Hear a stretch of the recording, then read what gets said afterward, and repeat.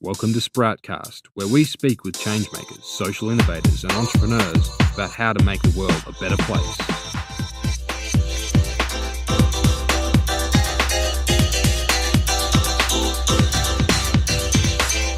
And now, here's your host, Julia Duffy. Welcome back to Sproutcast. My name is Julia Duffy, and today we're speaking with Alicia Curtis, founder, speaker, and facilitator at Alyceum. In this episode, I chat with Alicia about leadership, governance, and serving on a board as a way to use your big ideas to make an impact. Thank you very much for joining us on the program today, Alicia. Hi, thanks for having me. So I know you've had quite a diverse and interesting background in the non-profit sector, and I'm really interested to know how that first began. What were your kind of first experiences in the sector, and how have they led to what you're now doing? So I suppose I started out as a teenager, as a volunteer. I suppose I wasn't looking to get involved in the not-for-profit sector per se, but obviously volunteering and getting involved in different representational forums and so on gave me an understanding of that there was a community sector out there. And then when I started my business, a lot of the organisations that I started working for or contracting for were not-for-profits because my interest area was community. So that's how but I suppose even the last 5 years or so, I've gotten to know it at a deeper level from a board level and really looking at it holistically as a sector and what sectors needs to do to keep moving and evolving and moving ahead, I suppose. So yeah, I've had different experiences at different levels of the not-for-profit sector. Wonderful. And could you maybe give me a rundown of what some of those different experiences have been? Because I think it would be really interesting for people to even get an idea of some of the opportunities that are out there, especially for younger people. Sure. So, I mean, I started as a 12-year-old and got involved. I went to my local environment club, which led me to attending an international children's conference run by the United Nations. It was actually the first conference I'd ever run for young people to hear their thoughts on the environment. And I came back from that conference, that international conference, and with the 3 other young people who attended that conference from Perth, we set up a conference of our own in Perth called Kids Helping Kids. And that idea, that conference, turned into its own organisation called Millennium Kids, which has now been around for 20 years or so in Perth, working with young people to engage them in how they can make their community a better place or their environment a better place. And so that was a huge catalyst, I suppose, for me as a sort of a young teenager to realise that I could connecting with others around something that we were interested in and we could make change in our community. So that sort of led me on to different conferences and forums representing young people, National Youth Roundtable, which was, around years ago for young people to engage with government, National Youth Week, which is still around, and various public speaking competitions. And I suppose lately, I'm now 32, I suppose my latest volunteering project has been 100 Women, which is a women's giving circle. So sort of that citizen philanthropy and really a giving circle allows people to join together, decide on an amount that they want to give financially, and then allows us to have a process to decide where that funding goes. So it can be done on a small scale. So there's groups like Alyceum where 10 people get together and they give, $100 in a month or a quarter, and they decide where that, $1,000 goes, right through to the larger giving circles, which 100 Women is, where we try and aim to get around 100 people together to give $1,200. So we've got $120,000 to give away every year to causes that empower women, especially disadvantaged women in the areas of education, health, safety, and economic freedom. So, that gives you a few of the things I've been involved in. And so what kind of organisations do you work with now in your business, and what kind of work do you do with them? So my business, Alyceum, really focuses in on leadership that transforms the world. So the leadership that I'm really passionate about is how do we actually develop leaders who can actually make real positive change in society.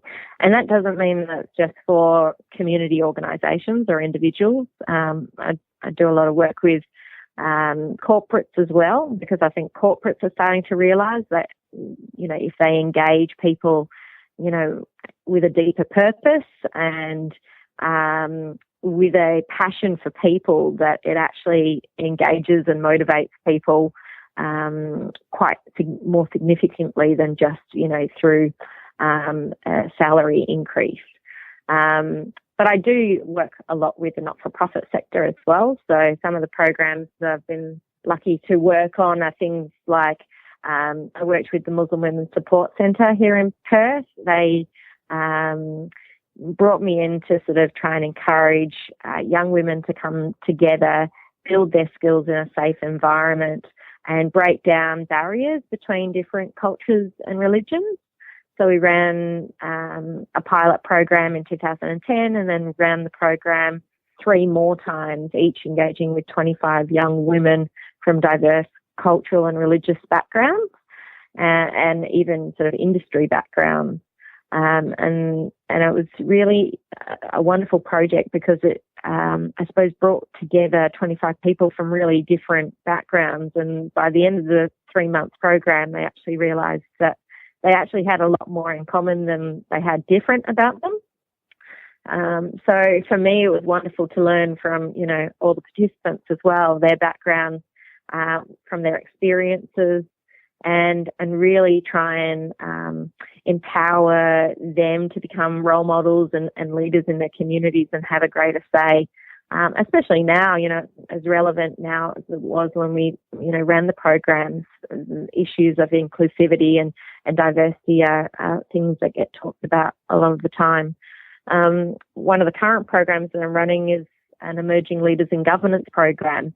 So that's a community partnership of currently 35 different not-for-profit organisations in Perth who want to encourage young professionals to step onto not-for-profit boards of organisations. And that program started a couple of years ago with a specific interest in trying to engage young people on aged care boards. And we actually received a social innovation grant to run that program. It's the program's hosted by South Care, which is a aged care and community organisation.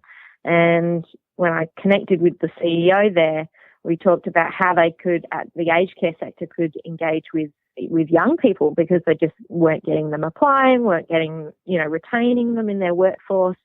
And so instead of really working at that management level or at that frontline level, I asked, what their boards look like, because these are community organisations. A lot of aged care organisations are, run as community organisations, and so directed by a board of directors. And we realised very quickly that, there was not a young person in sight on their boards. Very easily they would have maybe no one under the age of 40 on their boards. So we thought maybe an innovative look at this would actually be to focus in on that board level and really trying to encourage age diversity, which, is not a diversity that you hear very often spoken about. That, you'll hear about gender diversity, you'll hear about, even cultural diversity, but age diversity on boards is still a little bit of an unknown. So we've run 3 of those programs for the last 3 years, and we're just about to go into our 4th year. And each year we take on 20 young professionals from a range of backgrounds, give them an understanding of the aged care and community sector, because it's since sort of broadened to that community sector as well. It also gives them an understanding of the governance responsibilities when you take on a board position. And then it also gives you an understanding of your own personal and leadership development, because obviously if you're going to volunteer on a board, it's a serious commitment and it actually takes a little bit of time. So you want to make sure that it's really aligned with your values and your career goals and who you are as a person. So we do a bit of that leadership development, internal or personal leadership development, so people have a good understanding of themselves and what organisations might be great for them to connect in with. Excellent. Young people on boards is definitely something that we're interested in, and I know that our listeners are also interested in. I was speaking with someone recently who wanted to apply for a board position, and they definitely felt that they met a lot of the criteria of the advertised position. However, they were a younger person and they weren't sure whether that would not technically disqualify them, but if that meant that they might not have the skills that the organisation thought they wanted. And I was wondering if you had any suggestions for how to sell the idea of a young person on a board to an organisation that maybe isn't so sure about the idea, and also just any advice for people who are thinking about maybe being on a board or hadn't considered the idea, why it might be good to have a young person on a board. Yeah, definitely. Well, firstly, I mean, you hear a lot about skill sets and do you have the skill set for a board? And we try and encourage that, becoming a good board director is more than just having a skill set. It's about, there's the skill set and the knowledge and understanding around governance, obviously, first off. There's the knowledge around the not-for-profit sector and really about the business that the not-for-profit sector organisation is in and understanding that. There may be different stakeholders that a young person might be able to connect in the board with or the organisation with that that other people might not be able to have a direct connection with. There's also the people skills and whether you're a good team player and whether you're willing to do the work that's required on a board.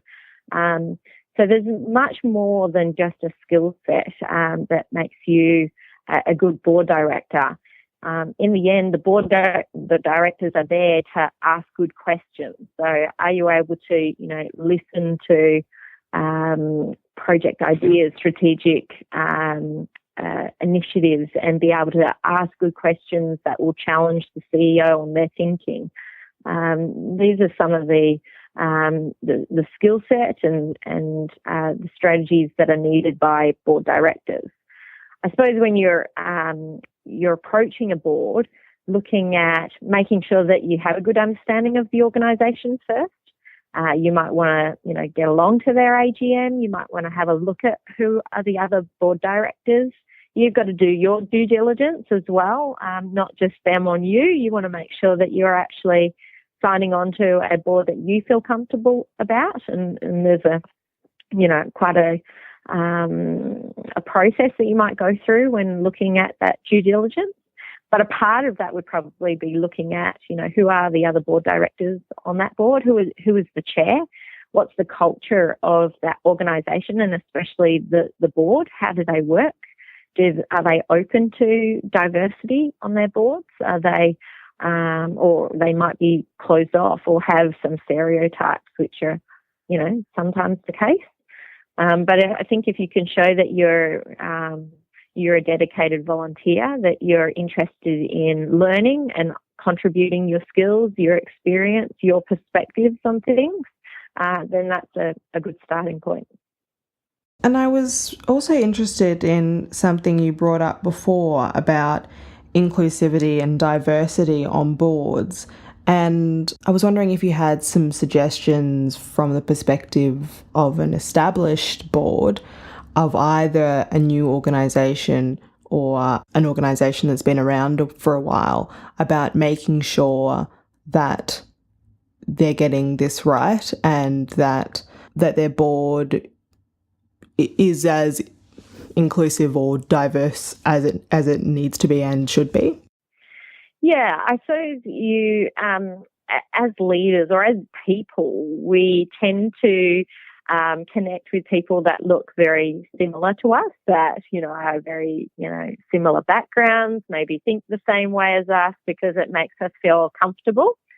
And so as leaders, we've actually got to override that sort of that inbuilt sort of need to really connect with people like us and actually challenge ourselves to have conversations with people that are different to us, because the research has shown that, diversity on boards, diversity within organisations allows for better outcomes.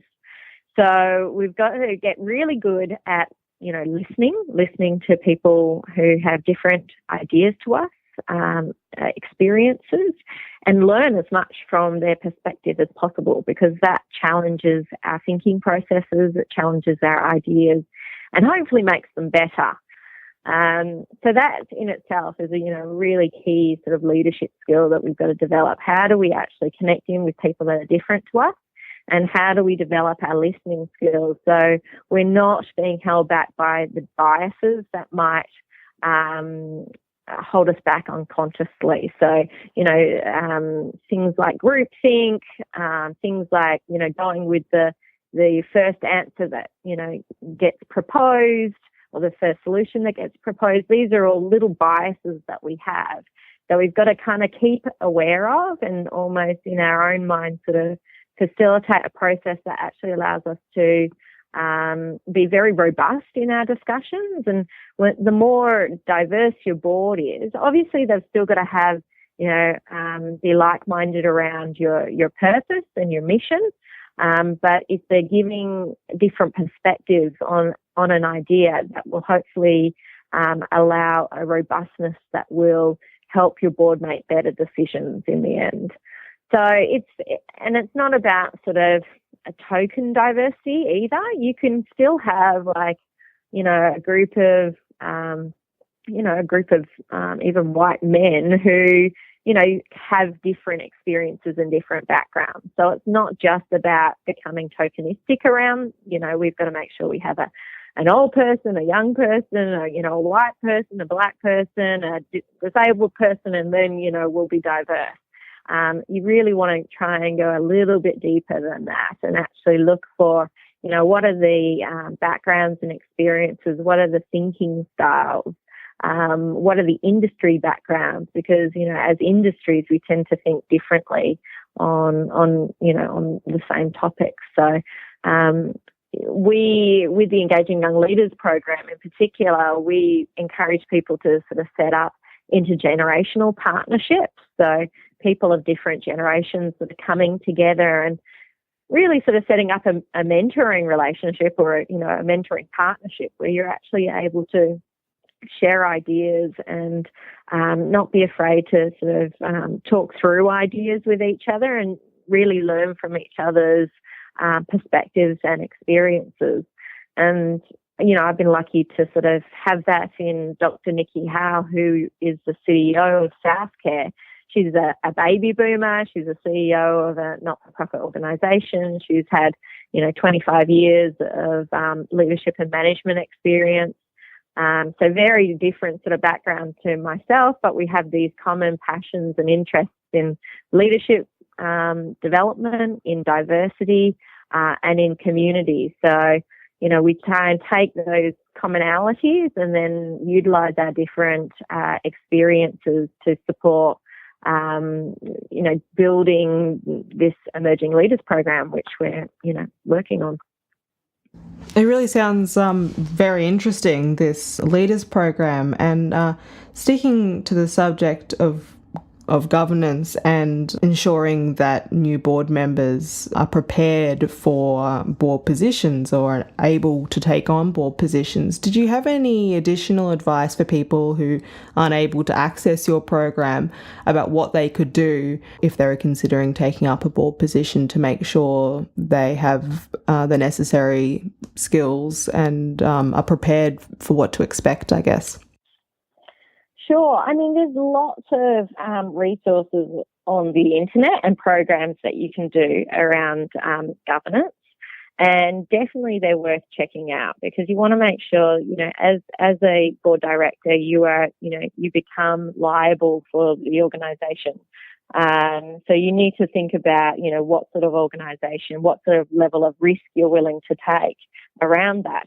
If it's a startup organisation or an organisation that potentially works overseas, there's certain risks that you're taking on as compared to other board positions. So you want to sort of assess, what you feel comfortable with, and different people will, with different experiences, will have different levels of comfort around that risk that you take on.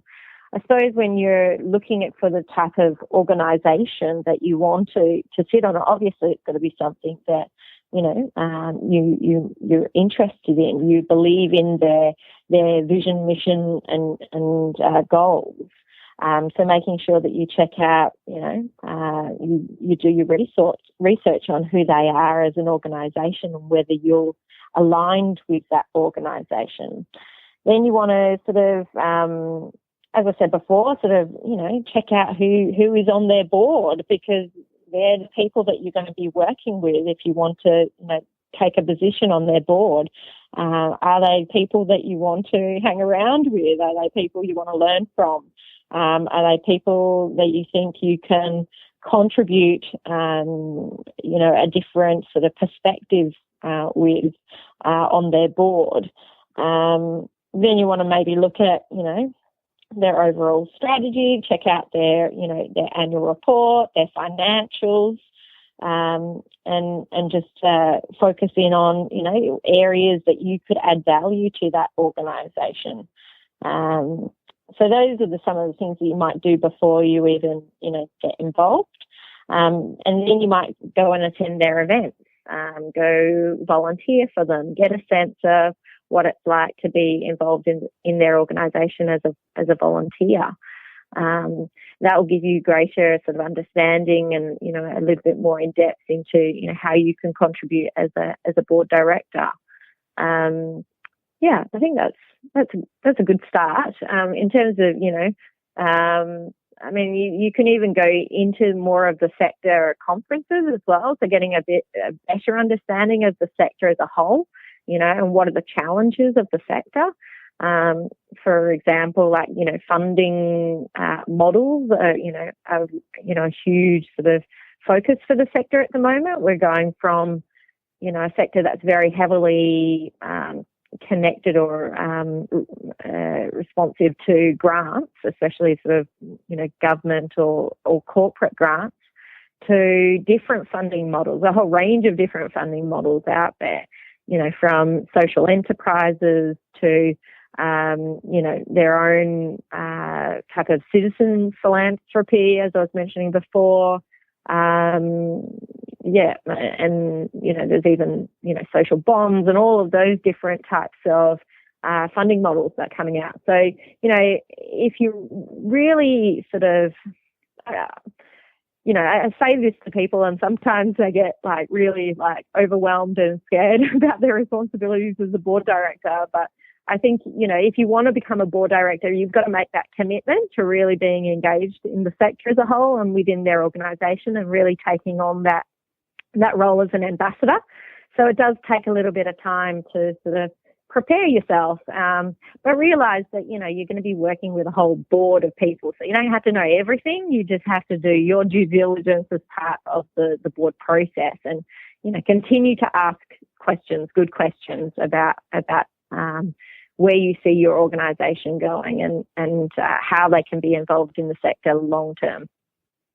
Excellent. And Before we move off governance, with these risks in mind that you mentioned, and I guess it is a challenging role being on a board, why do you kind of still think that governance and being a director is such a positive way to contribute, and I guess opposed to making a donation or volunteering or working in the sector? Is there something special about board membership, or do you think maybe it's only for certain types of people? I was just kind of wondering why it is that you think governance is such a great way to contribute. Yeah, you take all the risk, all the liability. Why would you do it? Well, it gives board directors hold the vision for the organisation. So people who have ideas around what needs to be done in the sector, what needs to be done in our community, a board role gives you an opportunity to shape an organisation's vision and strategic direction. So, the board is the holder of that vision for that organisation, where they go, how they can contribute to society in a bigger way. So it's a really, you've got to do the hard work, but it is a really exciting way of being involved and contributing to your community. And, I suppose a lot of young people have, over the last sort of decade been involved in setting up their own organisations. So building, organisations from scratch because they can see something that they want to change or improve on in their community. So board governance gives us an opportunity to do that. And then, you have the opportunity to not only be involved in sort of startup, organisations, but if we can get some more diverse voices into a whole range of organisations, like aged care, for example, why would a young person want to sit on an aged care board? Well, I think, in no other time throughout history have we had so many different generations all living, together in one world, because we're continuing to get older and older. We've got to, there's an interesting interaction between generations. And a lot of younger people are so close to their grandparents. They're actually seeing their grandparents taking on, going into aged care facilities or taking on services for aged care to support them in their, to uphold their lifestyle. So we need those different perspectives on how aged care can work. It's the same with community services, disabilities, the environment. We as a society are going to get better outcomes if we, allow for that real innovation and opportunity to really build a vision that's very inclusive and innovative and impactful, I suppose. And so, you most of the time people come onto a community board because they really want to make a difference. So it's, some not-for-profits pay their board directors, but most of the time you wouldn't get paid. You're volunteering as a board director. And so it gives you an opportunity to connect in with like-minded people from really diverse range of, experiences and work together on something that's bigger than yourself. And really craft that vision and then craft the strategy to, create the vision. So it can be really exciting too. Yeah, I did say I was going to move off governance, but I was really fascinated by what you said just now about governance being an opportunity to pursue ideas still in a way that people might be looking for when they're thinking of starting their own organisation or starting their own enterprise. I think it's really interesting, that idea of, I guess, entrepreneurship inside an organisation, of changing the way, maybe dramatically or maybe just in minor ways, that really have a great impact on existing organisations. And it leads into a question that I always like to ask people about how they make ideas happen, and their advice for people who might have a good idea for something but haven't worked out how to kind of bring it into the world fully formed yet. And so it's a multiple part question there, sorry, but I guess, did you have any advice based on your experience of making things happen, of how perhaps someone could join a board and innovate from the inside? Okay, so that is a big question. Sorry. Look, the entrepreneurship or using entrepreneurial skills in not-for-profits and even within bigger organisations, I think we're realising that it's not about the bigger organisations eating the smaller organisations now. It's about the faster organisations eating the slower organisations. So, whether you're a not-for-profit or a business, your ability to be agile and to deal with, the future that's emerging in the quickest way, they're the organisations that will win. And you as a board or a board member have to think about, what is the future of the, organisation or the sector that it's in, where is it moving? So like if you're on an aged care organisation board, where is aged care going? What will baby boomers want for aged care? It's going to be very different to what it is currently. The demands for certain services are huge. So you almost have to really be happy in being in that space of continuing to look at what the emerging future is and how your organisation can move and be shaped to take on that future in the best way possible.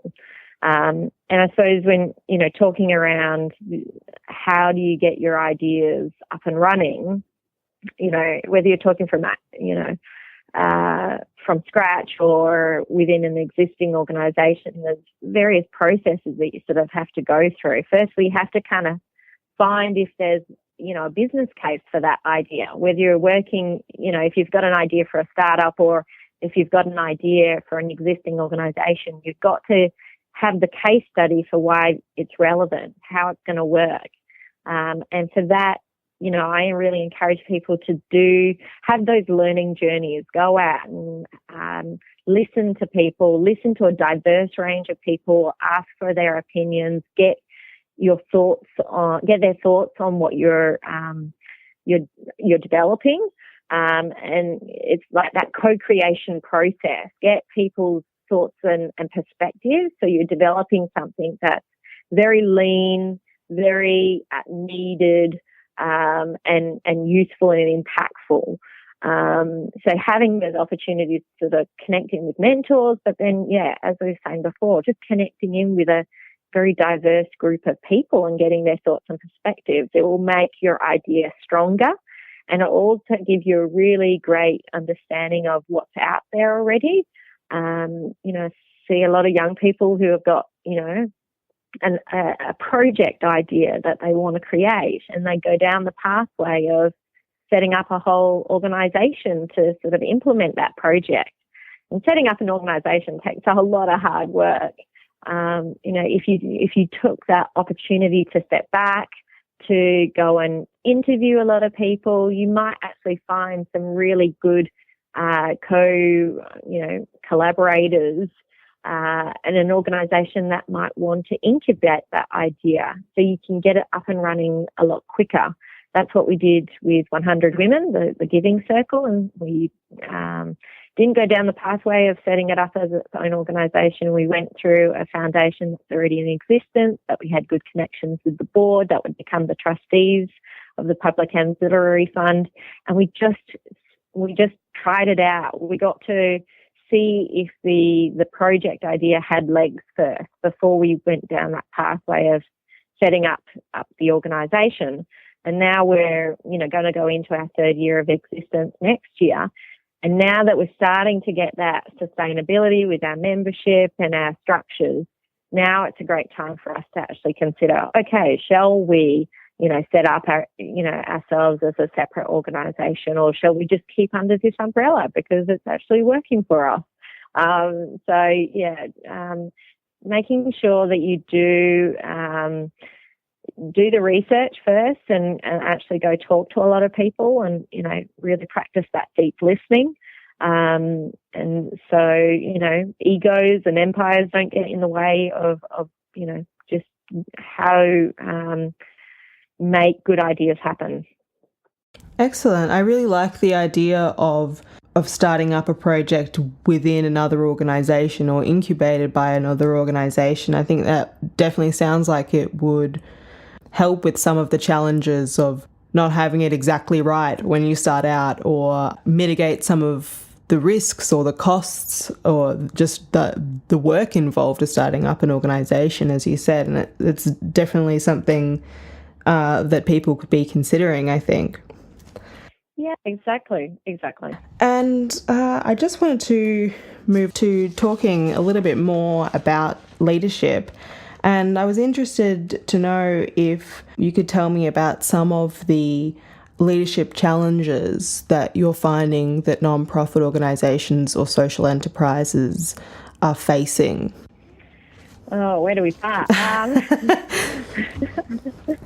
think one of the interesting ones, obviously, I run a leadership development company, and one of the challenges that I see, and it has been, researched as well within the sector, is that we don't actually give learning enough credit within the not-for-profit sector. We almost think that all money we bring in has got to go into service delivery. We can't actually spend anything on ourselves in terms of our own learning and development. And, there was a research report that was done by the Centre of Social Impact here in Perth, actually, that really looked at, at all levels of not-for-profit organisation, from your board directors to your management staff. There was a severe lack of investment into the development of people in the not-for-profit sector. And I think with the challenges that we're facing, we really, as leaders in the not-for-profit sector, we have to invest in ourselves, in our own thinking, and our own development, so we can better attack those challenges that we're facing. So I suppose that's one of the things that I see a lot in the not-for-profit sector. It's like, yeah, we're too busy to, do anything else but service delivery, and we actually forget to step back and actually go, okay, well, have we actually looked at this in a different way? What, are we approaching this problem in the best way possible? Could we do it in a more efficient way? Could we do it in a more impactful way? So stepping back and actually assessing problems and giving ourselves the time to properly focus on our own development is one of the biggest challenges.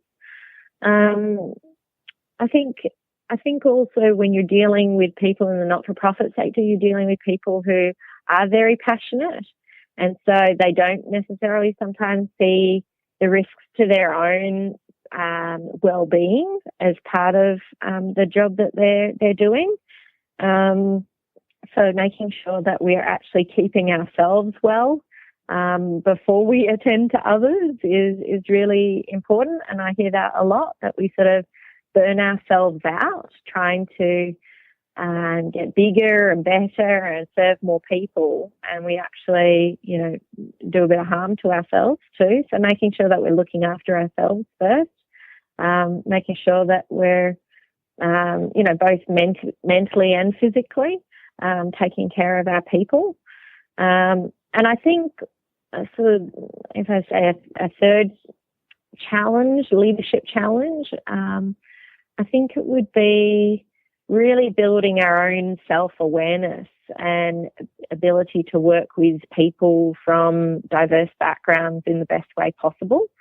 So again, taking that time to step back and actually realise or develop what our true strengths are and how we can contribute those to our team and our organisations in the best way possible.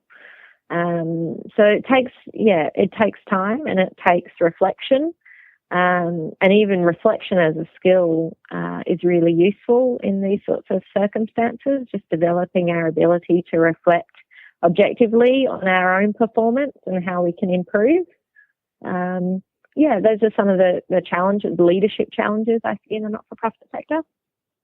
And before we finish up today, I just wanted to ask you if you had any particular examples of organisations that you think are really doing a great job of tackling some of the issues we've discussed today, or really just doing something inspiring that you think people might not know about as much as they should, or just would be interested to know their story? Look, there's a whole range of, not-for-profits who are doing great stuff out there.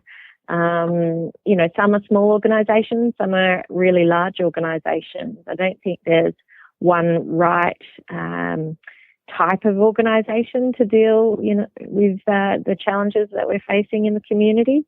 I get to work with some fantastic not-for-profits here in Perth through the Emerging Leaders in Governance program. They offer, the CEOs and board directors offer their time and their mentoring to our young professionals, which is fantastic to get that support. I think a lot of, CEOs are genuinely interested in making sure that they're engaging with community. You're seeing a lot of not-for-profit leaders winning some of the business awards. We just had WA Telstra Businesswoman of the Year for this year win as a CEO of a not-for-profit organisation called Hollyoak. And, she had really changed the organisation's funding structure to be, like we were talking about before, very focused in on, grant funding through government, to actually setting up a really awesome social enterprise called Drumbeat, which sort of used drumming as a way to connecting in with young people affected by, drug and alcohol abuse. And they've actually just turned that into an app as well, so people can sort of use the app too now. And that's actually going sort of internationally. So there's, and I could probably name about another 5 different organisations that are doing sort of great stuff there. So, there's a lot of really good people in the not-for-profit sector who are really willing to give emerging leaders in particular time and support with their ideas. So, I suppose I encourage younger leaders to really reach out to those CEOs, those leaders, those board directors. They might be chairs of organisations. Sometimes we don't ask for what we need, but in my experience, it's really, and being able to mentor young professionals in this, I always say, take up the opportunity, ask them for that coffee, ask them for that mentoring session. What's the worst that they could say? They could say no, and that's no troubles either. Go on to find somebody else that you admire and who you resonate with. But I think there's an opportunity there for those intergenerational exchanges that would be beneficial for you as an emerging leader, but also for them as a CEO too. Finally, before I let you go today, Alicia, where can people find you if they want to find out more about what you do or ask questions about anything you said today? Sure. So I'm very, very much on social media. So you can definitely find me on LinkedIn and Twitter to start off with. My business website is alyceum.com.au, alyceum.com.au. I always get, young people across the country sending me emails, asking me questions, and, having quick chats around, especially around board governance and philanthropy in particular. So I love to sort of connecting with people and help as much as I can. Fantastic. Well, thank you so much for speaking with us today. It's been a real pleasure to have you on the show. Oh, fantastic. Thanks so much for the invitation.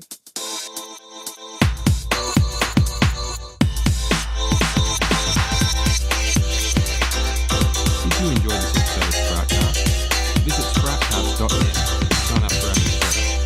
The newsletter includes copies of the show notes and additional content from each episode.